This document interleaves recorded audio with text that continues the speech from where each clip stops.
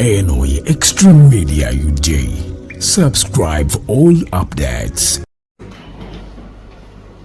This is not just in response to the demands of the population. Over and above that is that we are compelled by logic. We are compelled by desire to salvage our country. We are compelled by the desire to ensure that we counter the narrative that M7's has systematically planned and executed in this country to a point that literally people follow what he says as if it is the truth. M7 never says anything carelessly. Everything is always planned for a purpose and as part of the psychological warfare campaign that he has waged consistently to a point where our population has literally been broken down, including at times leaders. This initiative is part of that desire to ensure that his psychological campaign is wiped out.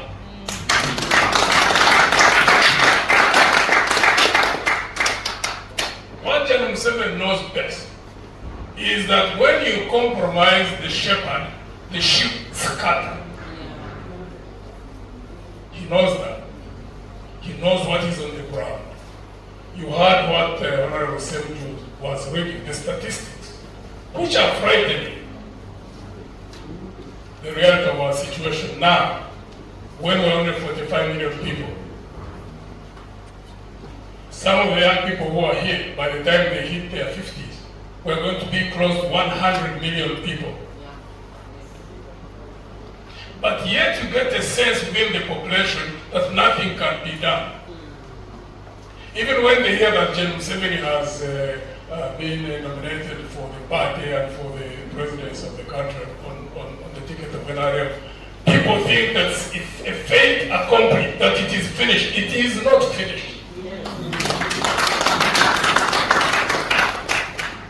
Because of the psychological warfare he wages, he has reached a point where some of the people ordinarily who should give leadership reach a conclusion that, you know what, if you can't beat them, join them.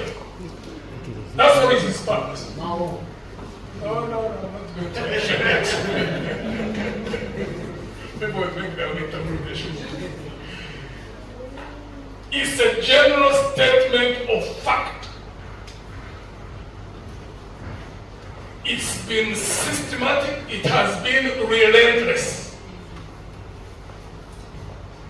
And unfortunately, some leaders are falling for that. Therefore, logic compels us. Those of us who've been on these fronts for quite a long time,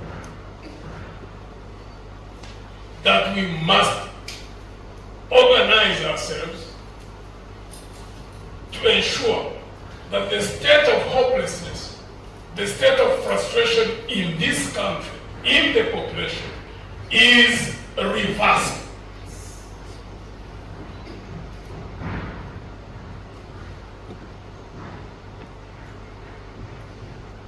What terrifies M7 the most is a people who are disenchanted,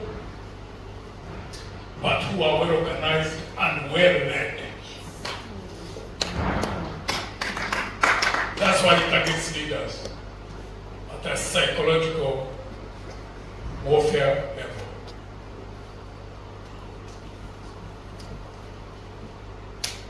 Today is just simply symbolizing that much as he has worked this campaign relentlessly, consistently, that there are still men and women who are still standing firm and they are resolved to continue executing this struggle until its logical conclusion.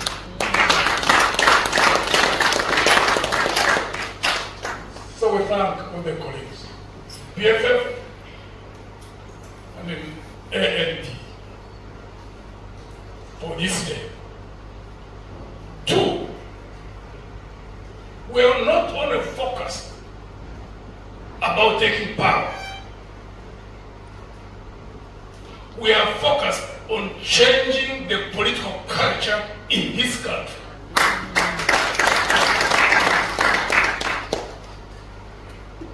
And a day like this really captures that,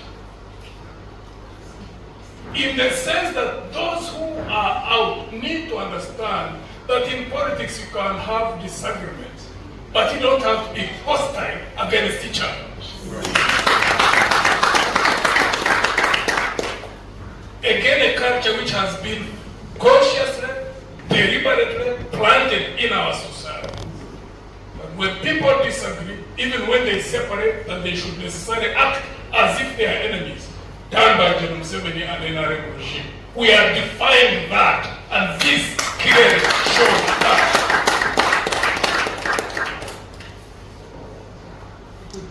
Because had we been hostile to each other, there's absolutely no way we would have met.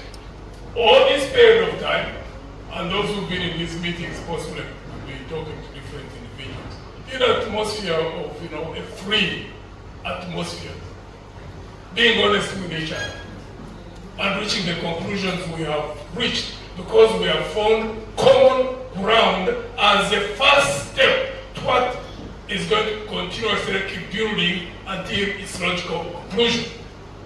Because of time, going into this election, on the basis of which we have built a common platform. What drives us on both sides is a common desire to see that we can have sanity in this country, so that even the generations that do come find that those of us now who are active in politics will have built a foundation for that to happen. So we would like to appeal to those who aspire for leadership, who at times, when they look around, the signs almost indicate that there's nothing one can do, and reach the conclusion which M7 desires them to reach, that if you can't beat them, join them. Don't join them. Because when you aspire to be a leader, you become a shepherd. Yes. Credible shepherds fight for the flock. At least traditional, and we all come from traditions, where men who would be shepherds would get a spear and a shield, or whatever weapon they have, so that when the flock is being attacked, they'll be on the front defending the flock.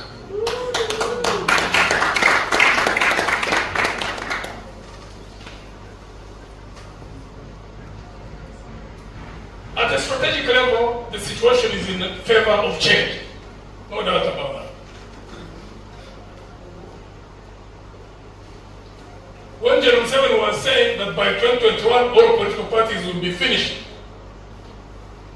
he forgot that even if all political parties got finished, that does not change the desire of the population for change. Because even where leaders abdicate their responsibility and join the gravy train, people remain steadfast, moving towards the objective of being a free people.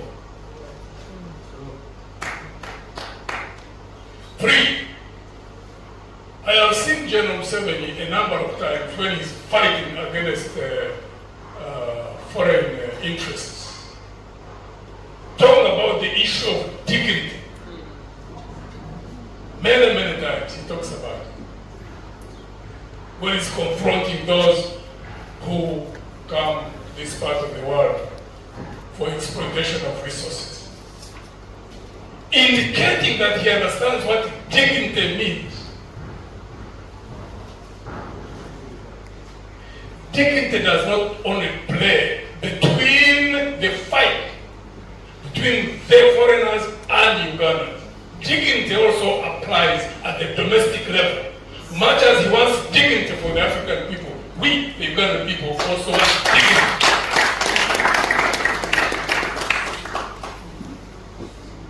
So cooperation of this nature, where we're looking at all other issues of material things for the population, education, health, infrastructure, jobs, wealth. We are looking at the foundation of all that, the re-establishment of the dignity of our people. So leaders in the opposition, as well as those who are in the movement, need to understand that strong nations are built by strong people. So it's incumbent upon leaders to build people, even where they have weaknesses. What M7 does is that he breaks the strength of those who are strong and manipulates those who are weak, simply for purpose of control, in the process weakening the people and therefore also weakening the country. Because if you break down people to a point where they allow themselves to be compromised by 1,000 shillings, 2,000 shillings, that's the most painful thing that you can do to a people. Because it means you have broken down their sense of self-worth to that level. Leaders across the board, whether in the opposition, whether in NRM, the dignity of our people must be utmost when we aspire for leadership. Because when we abdicate our responsibility as leaders and the sheep scatter, then they become vulnerable. Father, because they're in a state of hopelessness, literally.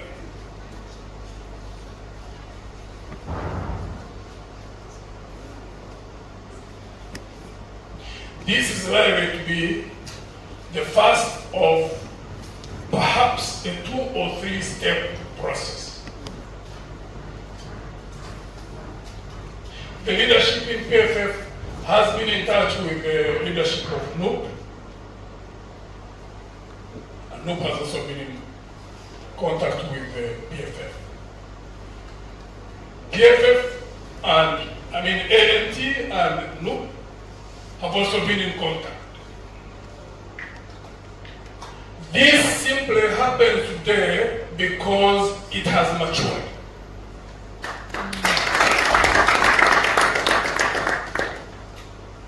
So we are in touch jointly now with the brothers in the loop to work on the maturation of what could become the second step. All sides looking for a common ground. Because there are times when you may not necessarily agree 100%. But if you have 5 issues and you agree on 4, it's absolutely no problem. 3. We have to counter M7's narrative that he has caused to develop in the minds of our people that, you know what, this is just a walkover. That, you know what, if you can't beat them, join the gravy trade. The country needs to know that the dedication of the leaders in the parties, 2, 3, recognize that. And therefore, that it is incumbent upon us, if for nothing else, but to ensure that will sustain hope where there is hopelessness and establish confidence in our people. Because that's the only thing that is lacking as we speak. The elite need to wake up.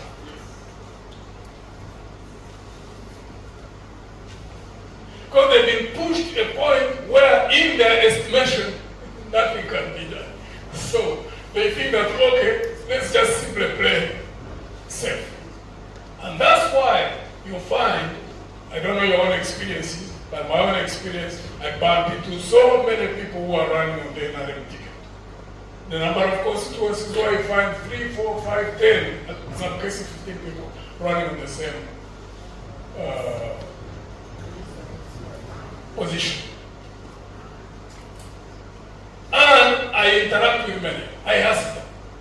Someday I know a constituency where there are about 12 people, and I have been in touch with a significant number of them, possibly close to 8 or so. So I ask them, I say, but do you believe in NRM? Say no. So I ask them, if you don't believe in NRM, so why are you standing on his ticket? So that's the other way.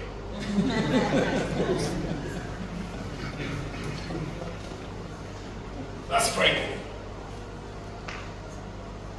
That's frightening. Because victory starts and ends in the mind. Wherever you are, whether it's in business, whether it is in the combat field, whether it is in politics. You first win in your mind. You see a situation. It may seem bleak, it may seem dark, but you are determined to engage until the logical conclusion of victory. Then, when you do that, you become victorious at the end of it all. But if you look at the situation and think, you know what? You are done. You are done. Therefore, when we combine effort and we sustain hope and we establish confidence, a tsunami of resistance will grow, because you cannot conquer a people unless they participate in their own defeat. Grant. So we thank you, colleagues, ladies and gentlemen, for today.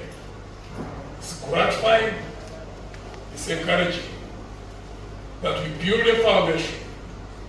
Those of us who will be getting out of politics down the road, that will leave a foundation on the basis of which this country, with a very fast-growing population, that our children, our grandchildren can live in an atmosphere where they have dignity. Some people don't seem to understand what that means. But it's at the core of our existence as people. Irregardless of material things, we do get material things, yes. That's why all of us engage in businesses and send our children to, for education, so they can get jobs, they can get paid, and then they cater for their families. Yes, but at the core of that, a core of existence, is an issue of dignity. And we cannot let M7 break that in our people. We have to fight day and night.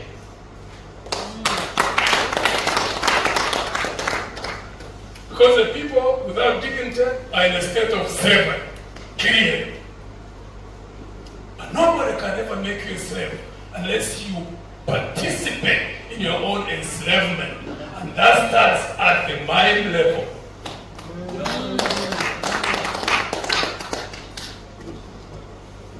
Because authoritarian regimes, they can get you, they can throw you in prison, they can beat you up, they could even kill you. But that's the body. But when the mind is resilient, and even at the point of death, you are still standing in your mind, even if the body is on the ground, that's what terrifies authoritarian regimes. And that's why when leaders abdicate their responsibility, those who break down and say the only way we can go through is to join the gravy train. That's frightening. And we have to resist that. Today is part of that.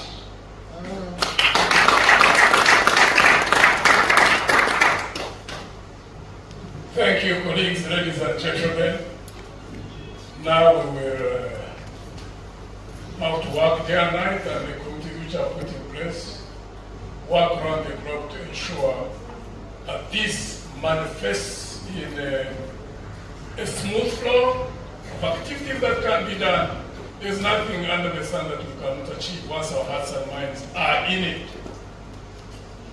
And by the time we concluded this document, we could not read on both sides that our hearts and minds are in it. May God bless our efforts.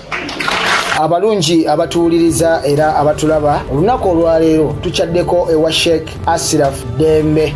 Sebo sanyusa okubalaba amannya agange Seeka Asiraf Dembe akola ku bizibu by'enjawulo. Omuntu singa aba alina ebirwadde musomereddwa tunywa amazzi ga lukuya nga bw'obadde ogalaba tugenda abantu ku kyoto ne twokya emizimu emibi egibabaamu n'okulomba edduwa. Abantu singa abeera ng'ali wano atuuse sobola okumulombera edduwa ne waba atatuuse nga mpadde amannya ge naye ng'ali wala neetaase. Enamba yange yeeno eri 0707363711. Nammwe bannyinaffe abali ebweru oyagala okuba nti oyagala okulombera ku dduwa ng'olina ebizibu viza zibuze amaka gakolongotana sente zikola zimpita mu ngalo ojja kumpeereza ekifaananyi kyo n'amannya go ebyo byokka bijja kummala nja kukulombera edduwa ojja kutereera. Olunaku olusembayo mu mwezi mba n'edduwa eyawamu ffenna n'abalwadde bange abakadde n'abapya. Salaamu alaikum warahmatullahi wabarakatuh.